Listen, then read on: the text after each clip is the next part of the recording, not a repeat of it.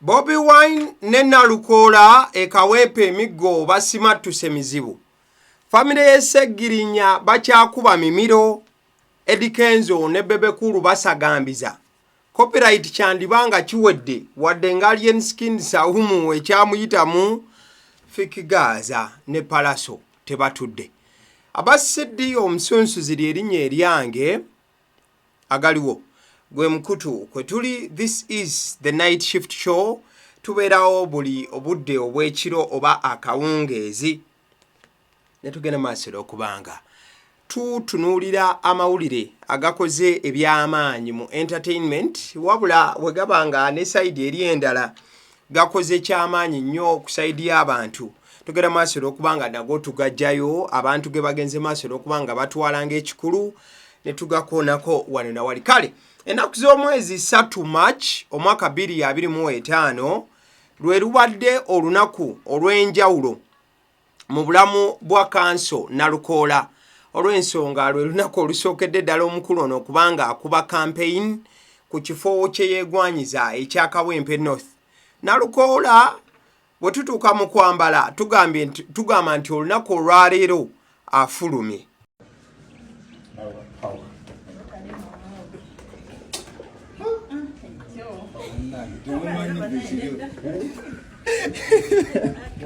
Kawa bafude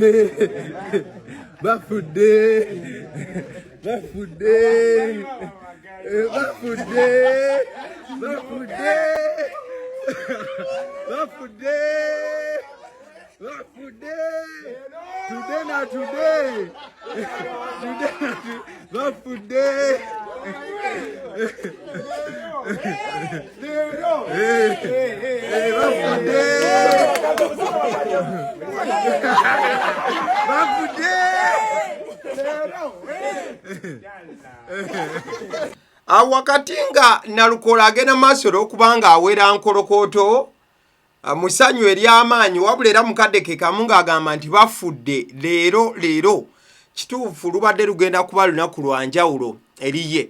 Wabula mukadde ke kamu ne party president w'ekibiina Nalukoola mwava omukulu His Excellency Bobi Wine abadde mu keetalo era naye ayambalidde ddala combat, ayambadde red nga boogera maaso n'okuba nti omulaba ku screen.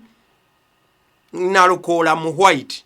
Abakulu bano bambalidde ddala embeera ebadde eraga nti babadde bagenda mu kulwana okwaddala era mu mazima amatuufu ebintu tebibadde byangu n'akamu mukwano gwange agenda maaso n'okuba nti olaba bwe batuuse wabaddewo okuwanyisiganya oba okulwanagana wakati wa NUP People Power abawagizi wamu n'abasirikale ab'ekitongole oba aba JAT Joint Anti-Terrorism Unit oba mubuufo Joint Anti-Terrorism Unit mubuufo obufaananako bwe butyo abo banga otunulamuka awo okulwana kubaddewo. In fact omukyalo ono omukyalo ogogera maaso okuba nti olengera waliwo omukyalo asisa abasirikale ba JAT Anti-Terrorism Unit eyo abasirikale abo omukazi agenze maaso n'okubanga abasika ne sekusika yenna olw'ensonga babadde bakambuwadde. In fact nagezaako okuba nti abakubamu ne kumpi olw'obusungu bwe babadde nabo bwe babadde bagenda okubanga bateeka ku bawagizi ba National Unity Platform Kawempe awo kubadde kusikaasikana. Omukazi ono abadde nduze abakomandinga n'abagamba muveewo musembereri temugenda maaso nakubanga muleeta buzibu. Oluvannyuma drones ez'enjawulo zituuse mu kifo kino era kigambibwa nti drone tezizze buzi wabula waliwo abagenze maaso n'okuba nti bagenda obanga bakwatibwa mu buufu obufaananako bwe butyo. Mukadde ke kamu nga JAT ekyagenda maaso n'okuba nti yeeriisa nkuuli wano na wali ab'ekitongole ekyo ekirwanyisa obutujju bambala langi za black ne kigambo JAT babadde bakambwe nnyo olunaku olwaleero. Waliwo n'eggayi amanyiddwa nga Tawa oyo okugulu nno kumenyese ensasa gebadde ya ddala olunaku olwaleero. Kabadde kaseera kali bize eri ab'ekitongole kino n'ab'amagye n'ab'enjawulo aba security ababaddewo wabula ate era nga kaseera kali bize eri His Excellency Bobi Wine Nalukoola wamu n'aba NUP mu kubeera nti basagula akalulu. Kasooka twetegerezeeko ko engeri His Excellency Bobi Wine jagenze maaso okuba nti ayingirawo mu buufu obufaananako bwe butyo wamu ne Nalukoola nga yegambye nti black, red, at the same time white combat eza NUP babadde bazibagajjalidde mu buufu obufaananako bwe butyo.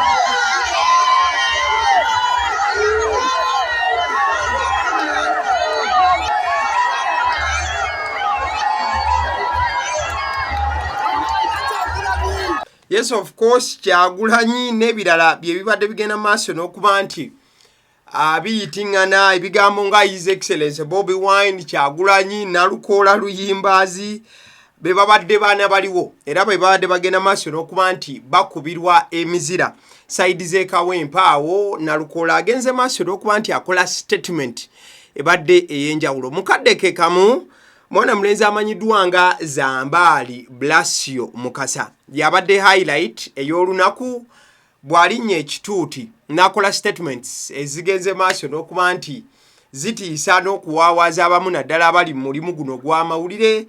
Abagambye nti bw'osalawo okubanga obeera wakati ng'oli neutral kikuleetera okubeera nga osaidinze n'abo abanyigiriza abantu. Nabo ekiti olina kusalawo omutima gumu nti oba oli wa opposition n'obeera, oba oli wa gavumenti eri abali mu buyinza n'obeera ekyo, wabula tobeera wakati. Era wawanye His Excellency Bobi Wine n'okumusuuta n'ayita abantu bonna n'abagamba nti kyekiseera mulonde Nalukoola, at the same time mulonde His Excellency Bobi Wine mu buufu obufaananako bwe butyo. So that was Zambaali Blasio Mukasa for you. At the same time His Excellency Bobi Wine wamu ne Nalukoola Kawempe eyugumye embeera badde enzibu nnyo, bakoseddwamu abazze abamu abawambiddwa ne bawambibwa, wabula bano babrevinze byonna ne bagamba nti nedda ssebo ebyo tetujja kubiwuliriza lunaku lwa kugenda maaso n'okuba nti tukubira Nalukoola campaign. Kale nga tukyali ku Nalukoola, olunaku olw'eggulo Nalukoola wamu ne SG ow'ekibiina omukulu David Lewis Rubongoya wamu n'abalala omwabadde ne Nubian Lee baawubyeko ebigere wali ekaddugala Masaka ekyabatutte yedduwa ya Honorable Segirinya kati omugenzi. Wabula edduwa eno yabaddemu embeera y'amatanka ne here and there olw'ensonga nti ebintu bye mwalaba nga bihappeninga mu kuziika abantu ne beeyawulamu ekiwayi, abamu ne babeera sayidi eri ewampuuga, abalala ne babeera sayidi eno eya His Excellency Bobi Wine n'olunaku lw'ejjo kyalabiseeko. This time kyabadde between NUP wamu ne mwana mulenzi Luswa Luwemba Muhammad yasalawo kubeera nga yeeyawula ku kibiina yesimbewo nga independent ku Nalukoola. Nga bw'olaba mu kavidiyo awo SG wamu ne Nubian Lee nga bw'obalaba awo n'abalala aba NUP ne Nalukoola omulaba awo bwe baatuuse basazeewo kuyingira mu nju ku makya bwe budde bwe bazze. Bwe bayingidde munda ne bakola edduwa eyaabwe era omukulembeze yabadde alina okubatwala mu byenzikiriza omukulu Sheikh eyabaddewo yabakulembedde. Bano bazze wakati wa ssaawa 2:3 zigenda okuwera ssaawa 5 ng'aba NUP nga bwe bazze ekiwayi bonna bagenze era beekubiza n'ebimu ku bifaananyi nga bali ku ntaana y'omugenzi Segirinya nga beetoolodde nga ne maama waali awo afukamidde. Bano olwamaliriza ssaawa ezazzeeko mu katambi ako koolaba ebweru we wabadde mwana mulenzi Luswa Luwemba Muhammad wamu n'omukulu ow'enzikirizo Lugwe Gambye n'abalala we bazze awo ne batandika okuba nga balombeddwa mu luggya aba NUP baabadde munda bo we bakoledde enteekateeka yaabwe we baamaliriza Luwemba Luswa Muhammad ne banne ate bo nabo ne bakoleddwa mu buufu bwe bumu ebweru saawa olwo tuli mu 6 n'obudde obwaddiridde bwonna maaso awo. So kyalabise nti okweyawula kulabika kukyaliwo naddala ku nsonga za Honorable Segirinya nti Luswa Muhammad naye kati akaliro katandise okuba nti kamuvugira mu sayidi eyo. Sheikh ono eyakulembedde bano yayogedde ku nsonga zino. Katusooke tumufune lwaki NUP wamu ne Luswa Luwemba Muhammad duwa zabadde zanjawulo mu kadde ke kamu esayidi eyo eye Kaddugala mu Masaka. Batuula wano okuva obwenkya ne basomeddwa yasoose so omugenyi omukulu eddwa tetwagisazeemu. Babaddewo abagenyi abaayitibwa ku ssaawa 3 bo kye baamanya ku kaadi batuuse wano 2.3 ku 5 ne basiibula.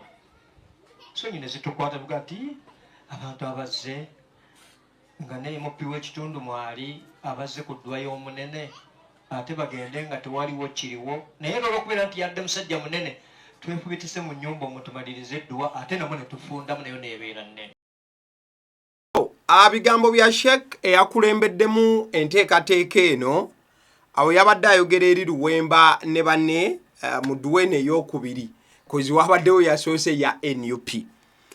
Maama yabadde n'abasoose era ne Luwemba n'abeera naye. Wabula wano maama we yayongeredde okubanga akuba omulanga n'agamba nti bannakawempe mu ntaase ne sekutaasa. Ekitegeeza maama tali ku sayidi ya Nalukoola ali ku sayidi Kalulumuka we Luswa Luwemba mujja kulaba ekinaagenda maaso nga Luswa Luwemba abakolera ng'omwana wange yabakolera bwe yabakoleranga. Maama paka nakati akyayimiridde ku kigambo ky'okuba nti ye rallying behind Luswa Luwemba Muhammad ng'agamba nti ono engeri gye yali assistant wa Segirinya kati omugenzi yagwanidde. Mukadde ke maama mu bigambo ebirala byayogedde yalaze nga akyakiikidde ensingo ab'ekibiina ki National Unity Platform NUP naddala okubeera nti Luswa Luwemba Muhammad kaada tebagimukombyako yadde eddakiika emu oba endala. Mukwano gwange njagala nnyo omwana wange nange mbeere musanyufu kubanga Luswa Luwemba omwana wange yali amwagala nnyo era nga ye muntu gwe yeewuliriramu. So byebyo nno bigambo bya maama mu buufu obufaananako bwe butyo. Edduwa yabaddewo wabula era ebyobufuzi byalabikidde nnyo mu yo wadde nga baagikola nga bagambye nti tetwagala kulaba bya bufuzi nti abamu baakeddewo ate abalala ne bajja luvannyuma tewabaddewo collision nti oba baakubaganye Luwemba okuba nti naakuubagana n'ab'NUP nedda buli omu yakoze kike mu kadde ke. Edduwa zaasomeddwa emirundi 2 mu lunaku lwe lumu wabula omuntu y'omu. Kale bwe tuba tuvudde awo kano ke tugendamu njagala tukawulirize kakuwabudde n'okumanya byafubutuseewa era biragawa. Edrisa Kenzo Musuuza Eddy Kenzo kyaddaaki alabikanga okutoba kwonna kwatobye kwavuddemu ebibala n'ebbanga lyamaze nga asunaasuna President Museveni ku kubeera nga amutakula amusaba copyright kyandibanga ebibala byekyo Eddy Kenzo byabadde atobera ebbanga lyonna byayisemu. Okusinziira ku gavumenti ya Uganda yakakasiza nti President Yoweri Kaguta Museveni yayisizaamu copyright management system for Ugandan artists nti ba artists bandibanga copyright ku mulundi guno bagiweereddwa. Big win for Uganda's creatives. President Museveni has given the green light to a copyright management system to protect musicians and ensure they earn from their work. And President Yoweri Kaguta Museveni yawadde ekitaala ekya kiragala eri abayimbi n'okubeera nti ekyuma oba system enaakola ku bya copyright mu ggwanga akakasa nti ebeerawo abayimbi basobole okuba nga bafuna akasente. okuva mu ebyo bye bakola naddala ebiyiye byabwe. Now technology should be able to tell us who has played my song and where. Mwami Yoweri Kaguta Museveni yagambye nti ekiseera tekinologiya abeere ng'asobola okubuulira abayimbi oluyimba lw'omuyimbi luzannyeewa era lutya era wa. Ebyo yabyogeredde mu meeting eyabadde lwakitula omwabadde mwana muleze Edrisa Kenzo Msuuza n'abalala. The copyright management system will okusinziira ku copyright management system eno bino bye bigenda okukola. Ekisookera ddala register musicians work. System eno egenda kubanga registeringa ng'omuyimbi wakola music we amutwalayo n'amuregisteringa. Ekyokubiri track usage in bars, TVs and radios. Bagenda kubanga system eno esobola okumanya music w'omuyimbi bamukubye mu bbaala ki, radio ki na TV ki. Ensure artists get paid for their plays. Balina okukakasa nti system eno egenda kukakasa nti abayimbi buli waazannyibwa music we afuna sente. Ewasemba end music piracy. Nti bagenda kubanga ebyokukopakopa music w'abayimbi n'omusalamu n'omukolamu biki ebyo bigenda kukoma. How it works, engeri gye kikola. Businesses like bars, radio, TV station will need a licensed device to play Ugandan music. The system will monitor and ensure musicians earn a fair share. Nti buli bbaala radio ne TV bagenda kubaako ka system oba akuuma ke babawa nga kagenda maaso n'okuketta okulaba oba ebbaala eyo ba radio ba TV zizanye omuziki ogw'omuyimbi era omuyimbi ajja kubanga afuna omugabo gwe. Example, if a bar pays shillings 1 million for a music license, artists will get paid based on play counts. A song played 60 times earns 60% of the fee. Nti singa akakadde kamu kasasulwa ebbaala eri ab'omuziki bajja kukebera omuyimbi ennyimba ze zikubiddwa emirundi emeka. Bw'abanga omuyimbi oluyimba lwe lukubiddwa emirundi 6 kitegeeza jafuna ebitundu 6 ku buli 100 eza ssente ez'akakadde. Kitegeeza omuyimbi yaabagenda vaawo n'emitwalo 6 ku kakadde then esigadde ziweebwe bano abatafunye plays z'amaanyi wabula era according to the percentage of the play ya music oyo. Enforcement bagenda kikola batya okwassa amateeka gano. Bagamba nti bars must install a device to track plays. UCC will monitor compliance. Nti system zino zirina okuteekebwamu nabwe ekityo UCC ekitongole ekitwala ebiweerezebwa ku mpewo kigenda kubanga kyekenneenya wano na wali okulaba bino bitambudde bitya. Uganda Police will enforce the law. Abapoliisi ya Uganda baweereddwa omulimu gw'okubeera nga baketta n'okwekenneenya n'okulaba nti bakwasisa etteeka. Non-compliant businesses risk closure. The businesses zinagenda maaso okubanga tezikola nga bwe kirina kukolebwa wano na wali ezo nno zagenda maaso okubanga zigalwa. Why it matters and lwaki kino kikulu. Many musicians struggle financially after their peak years. This system ensures lifetime earnings from their songs, benefiting both artists and their families. Nti omuyimbi ne wona abo ofudde ne wona abo owummudde omuziki naki ojja kusigala nga ofunanga sente ne woba ovuddewo famire yo yakubanga eganyulwa. The project was developed by State House scientists under Engineer Sheba Chobtunji. Agencies like UCC, URA and Uganda Police will work together to enforce compliance. Nti system eno yakolebwa banna science wali ku State House. Yeah. Era nga Engineer Sheba Chobtunji ye yakiwomamu omutwe ne bagamba nti UCC, URA ne police bagenda kubanga bakwatira wamu okubeera nga bakola system eno ekole. With this system, Uganda's creative industry is set for a new era of professionalism, financial stability. Huge step forward for copyright protection and artist empowerment. So mubufu obwo nga bagamba nti ddala kino kyakukola ne sekola yenna. Edrisa Kenzo Msuuza ng'omusajja abadde awomye omutwe mu kino kyonna ayina ekiwandiiko naye kye yabaze kye tugenda okubanga just tukonakonako here and there. Ladies and gentlemen, fellow creatives, I'm honored to share with you a significant milestone in our journey to protect the creative rights of Ugandan artists. Last August, we visited State House in Entebbe, where His Excellency, the President, challenged us to find solutions to safeguard creatives' works under the amended copyright law. Erikenza agamba nti mu Agusto w'omwaka oguwedde kana Mwami Yoweri Kaguta Museveni, President, wali mu State House Entebbe yabagamba bagende maaso okubanga banoonya engeri gy'okubanga banoonya solution oba ebyokusalawo ku ngeri gye bana protectinga emirimu gyabwe naddala mu nsonga za copyright. Eddy Kenzo agamba, we took this challenge seriously and collaborated with the State House team to explore digital and scientific solutions. Nti bakolagana ne State House okulaba ekyokukola naddala bannasscience n'abakola ku bya teknologiya mu State House. Yesterday, along with the State House scientists, we met His Excellency the President to present our findings. Basinkanye Mwami Yoweri Kaguta Museveni President okubanga bamubuulira ku byonna bye basisinkanye. We were honored to have the Deputy Speaker present to listen to our concerns. His presence was a testament to his commitment to supporting the creative sector. Bagamba nti babadde ne Deputy Speaker Thomas Tayebwa bamwebaza nnyo nti yali yawoobwe yamoobwe wabula yatuukiriza mu buufu obwo n'okuba nti yabaddewo.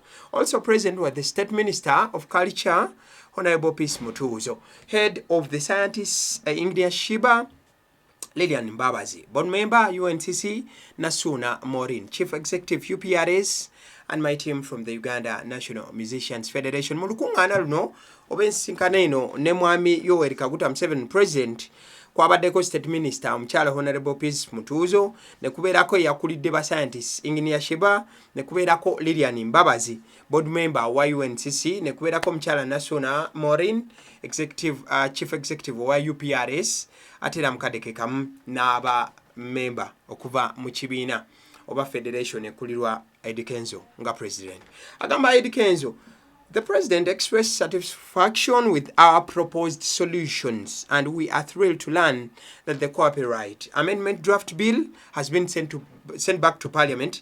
We are optimistic that the amended copyright law will be enacted soon. We extend our gratitude to His Excellency for his wisdom and support for the creative sector, and to Honorable Thomas Tayebwa for his unwavering commitment to our cause. We remain committed to making sure that this amendment is passed and our creativity is protected. So Eddy Kenzo yebaziza nabera musanyufu nnyo nnyini ddala n'agamba nti copyright bill egenda kudda mu parliament mu maaso mu bwangu ddala era tomanya n'okuyisibwa yagenda maaso n'okubanga eyisibwa. Yebaziza President Yoweri Kaguta Museveni olw'obuyambi bwe yabawadde. Ebyo nno ebyawadde Bebe Kulu olwamugudde mu matu, yakoze post okubeera nga naye yeebaza n'okubanga asanyuka eri Eddy Kenzo, President Yoweri Kaguta Museveni n'abalala olw'okuba nti bakoze kino ne kiba.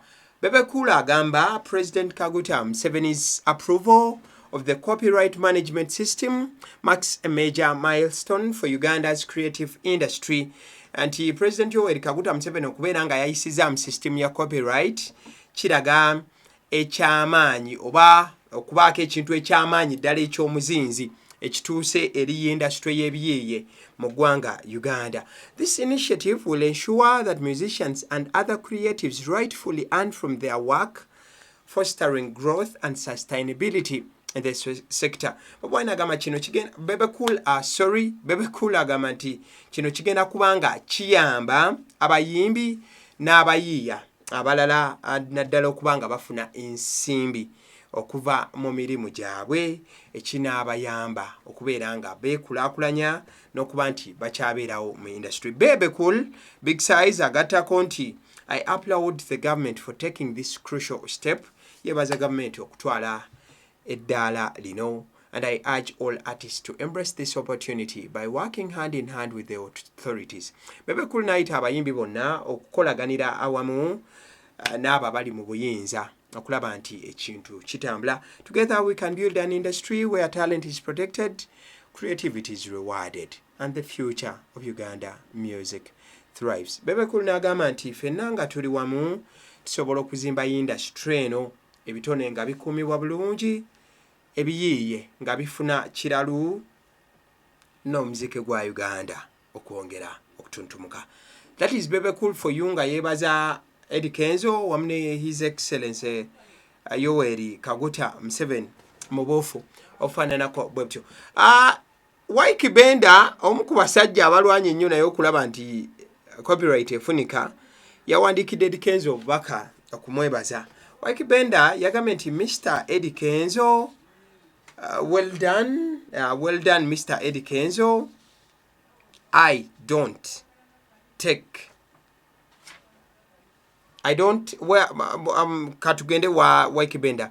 Mr. Eddy Kenzo, well done. I don't know where this industry goes from here, but you have really done your part to make sure the next generation have a starting point on the issue of artists and their rights to their creation. Anti Mwami Edrisa Musuza Kenzo, webale nnyo okubeera nti industry no simanyi gyeraga naye atokoze omulimu gwo olw'okuba nti generation enaddako ogiwadde wa ew'okutandikira naddala mu bintu bya copyright. Waikibenda gamba, amidst all obstacles you stood your ground and fought. Yes, sometimes with many behind you, but also many times alone. Nti Eddy Kenzo ddala olwanye olutalo luno olumu nga olina abakuli emabega wabula ate olumu nga okirwana wekanga omusajja mubuufu obufaananako bwe butyo. Now it's not all done and dusted, but if you need a vote of thanks and a voice to keep you going, here you are, bro. Much respect, brother Eddy Kenzo. Mwana mulezi wa Waikibenda ngagamba Eddy Kenzo nti bw'obanga weetaaga omuntu okubanga akuwanira n'okubeera nti akuboostinga n'akuwa boosting naddala wakati mu lutabaalo lukyalimu nze wendi. That is Waikibenda. Eddy Kenzo yamuzeemu n'amugamba, thank you brother, together we shall do our best for us and the coming generation. Tiwebale muganda wange, tujja kukola ekisinga eri nze ffe n'abo abalijja mu maaso. So copyright wetwogerera etteeka ne weribanga terinnayita bayina wanene nnyo oba bayina kinene nnyo kye basuuziza oba kye bafunye mu buufu obufaananako bwe butyo. Eddy Kenzo, congratulations to you from AGALIWO. Congratulations olw'olutabaalo lw'obaddemu oba nti olina ky'osuuziza okusookera ddala. Bwe tuba ewa Bebe Waikibenda Eddy Kenzo, tujja gende wa Alien Skin. Alien Skin gye buvuddeko omusajja amanyiddwa nti yakasiramuka. Wakati ng'ekisibo kigenda mu maaso, Alien Skin alinga embeera ekyamuzito yeeko.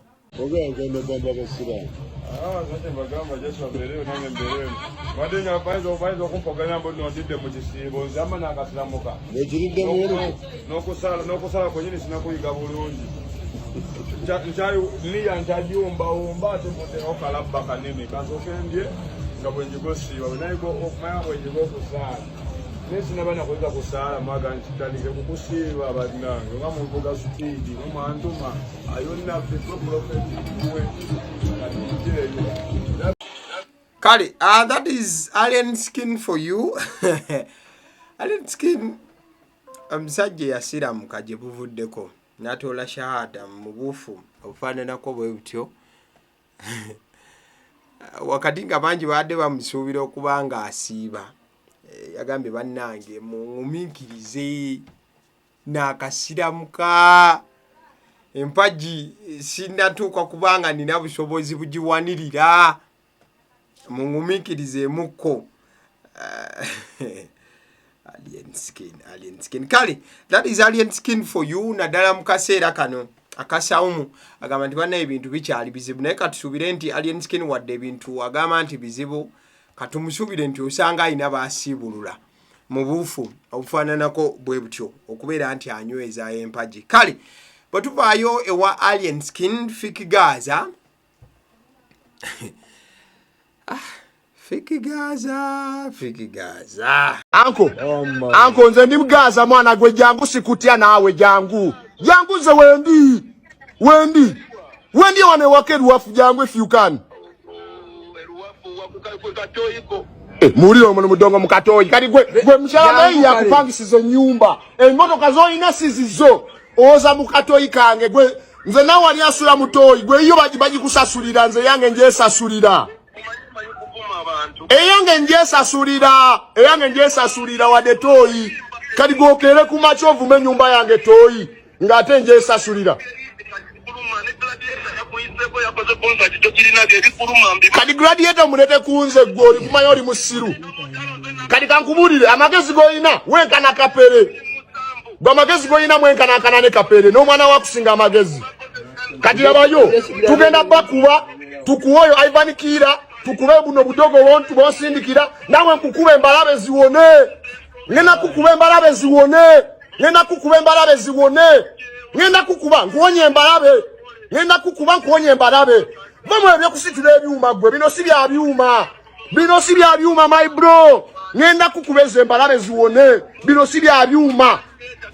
Bino si bya byuma mu gladiator kumanyo kone gladiator ayo. Ngenda bakuba no gladiator mwenna. Ne bugolodi tubuto. No, o gladiator yatunda golodi bafera golodi. Obadde ki? Mugenderi mu golodi sedezo yamanyira. So that is mwana mlenzi amanyidwa nga Fikigaza. Fikigaza olutalo lwe yasitula ku palaso lutandikira ddala buterevu kuvanga Fikigaza oyo azze wa alien skin. Era bangi bagamba nti kyekyandiba ensonga lwaki Fikigaza buli kadde kati abaako ebisongovu byawanyisiganya ne Uncle P palaso. Wabula gye buvuddeko palaso yavaayo n'afulumya obutambi obumu nga Fikigaza ono amwegayirira okumuyamba amukolereyo ka video okumuyamba amuwe ku kino na kiri. Byandibanga bye byavuddeko Fikigaza okunyiiga. This time round yakubye essimu era omulundi omulala ng'agikubira palaso ne bawanyisiganya ebisongovu.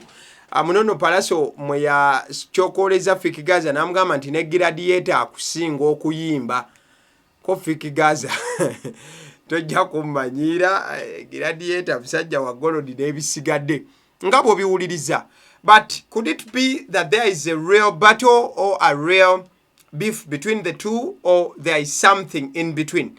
Wandiba nti waliwo beef eyaddala wakati wa palaso ne Fikigaza, oba wayinza kubaawo bubeezi ekintu wakati waabwe akategedde osobola okategeera. Okusinziira ku byendabyeko kyandiba nti Fikigaza ayagala kutegeka kivvulu ku lunaku lwe lumu ne palaso lwe yataddeyo ekivvulu. Yes, if it doesn't make sense to you, that is it. Fikigaza yandyagala okutegeka ekivvulu ku lunaku lwe lumu ne palaso. Wabula ate gye buvuddeko palaso yagambye bugambi nti ka Fikigaza bakamuweemu bagende 1-on-1 oba bikonde kubifunya buli omu afunyize munne tulabe gye binakkira. Mwana mlenzi Fikigaza okuva we yeegatta ku alien skin ennaku zino awaana alien skin ebitenkanika ng'alina ne we yakoledde statement n'agamba nti kasita nnina ekifaananyi ne alien skin ng'agamba palaso. Wherever this is heading to, tujja kulinda bulinzi tulabe. Kale, bwe tubanga tumaliriza olunaku lwaleero the night shift show, ebintu tugezezaako okuba nti nno tubiyisa mu bwangu obwenkaniddaawo. Mwana mulenzi we tuddako mu sports, mwana mulenzi amanyiddwa nga Mohamed Salah, ebyokuva kwe mu Liverpool birabika nga byongera kwengera buli lunaku olukya. Wabula ate kirabika nga mwana mulenzi ono ayagala kusigala na tiimu eno eya Liverpool. Olw'ensonga buli watunuzibwamuko okubanga abuuzibwa ku bikwatagana n'okuva kwe mu Liverpool, asigala ali a little bit lip-tied, obanga emimwa agibise tayinaako kyagenda maaso nakuba ayogera. Bw'oba ojjukira bulungi mwana mulenzi Salah contract ye eggwako season eno, kasita season eggwako ne Salah ajja kubanga season ye eggwako. Though mwana mulenzi ono yandibanga alinda aweebwe ddiiru ensava okuva eri Liverpool yennyini bamwe ddiiru ensava okusinga kweyo gy'alina mu buufu obufaananako bwe butyo.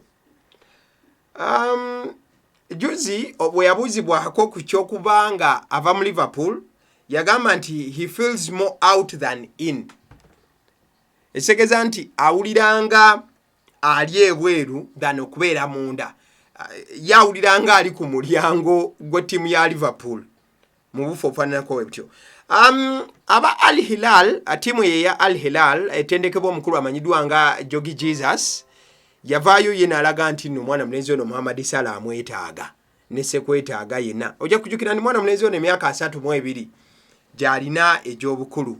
Wabula ate era mukadde ke kamu bagamba nti Inter Milan ne Bayern nabo balabika bali awo bakuba bukubi bwama bagamba nti Mohamed Salah twandibadde tugenda maaso olw'okuba nga tumwetaaga mu buufu obufaananako bwe butyo. Waliwo omukutu gw'amawulire ogw'Ebufalansa ogumanyiddwa nga Telefoot gwagamba nti oba gunyonyola nti mwana mulenzi oyo Muhammad Salah yakyayagala kulabanga asigala ku Liverpool era talina ttiimu n'emu gye yayogeddeko nayo wadde ng'atandise okutuuka mu stage ezikkiriza omuzannyo okubanga awuliziganya ne teams endala naddala akadde nga contract egenda kubanga eggwerako ddala.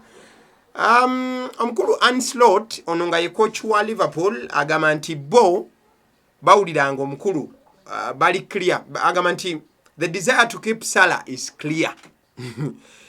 Wakuba nti talks over an extension are still problematic. Nti bawuliranga bo obwetaavu obw'okusigaza mwana mulenzi Muhammad Salah babulina nesekuina yenna wabula wekituuka kubeera nti boogera ku by'okwongezayo contract ye birabikanga birimu ebizibu bingi nnyo. Olw'ensonga bagamba nti ne Liverpool yennyini erabikanga ekyatidde okwongezayo contract y'omukulu ono naddala mu nsonga z'ebyensimbi ezo ze zikyaleeta obuzibu naddala ng'omukulu agenda naweza emyaka 33 bw'ateekawo demand ey'akasimbi akasukka ku ke basuubira ke yandibadde agenda maaso kubanga afuna baba bagamba nti no akasente ako kayinza okuba akangi. It may be a gamble that may go wrong. Kuyinza okubeera okusiba zaalo kuyinza okugenda mu bukyamu mu buufu obufaananako bwetyo. Season eno oba omwaka guno oyinza okugamba nti Salah gwe okwagala okufaanagana emyaka egikyasinza okubeera emirungi mu career ye ku myaka 32 okubeera nti omukulu wetwogerera alina goals 3 n'assists 22 mu mipiira 39. That is Muhammad Salah for you, omusajja Omumisiri. Era bagamba nti bwe kataligirya eyo fomu gy'alina balando muyinza okugenda masiro okubanga mugirabako. How about a balando coming to Africa? Could be the second time. Omukulu oli George Weah naye yafunako kungule like egwa mu kaliba ye mundowooza mu buufu obufaananako bwetyo. Abasedi omusonsozi lyerinnya eryange omukutu gwe tuliko era kwe tubadde tutambulira here and there simulala gwe guno gwennyini ogwagaliwo mukwano gwange. Webale nnyo atugoberedde okuva gye twavudde paka akadde bwe tutuukidde okuba nga nkusiibula mbaagalanga bwe munjagala. Mwebale nnyo, mwebalire ddala. Thank you so much lovely people. Mwebale nnyo abantu abalungi. Mukama bankumire. Like nga video eno. Thank you so much. Webale.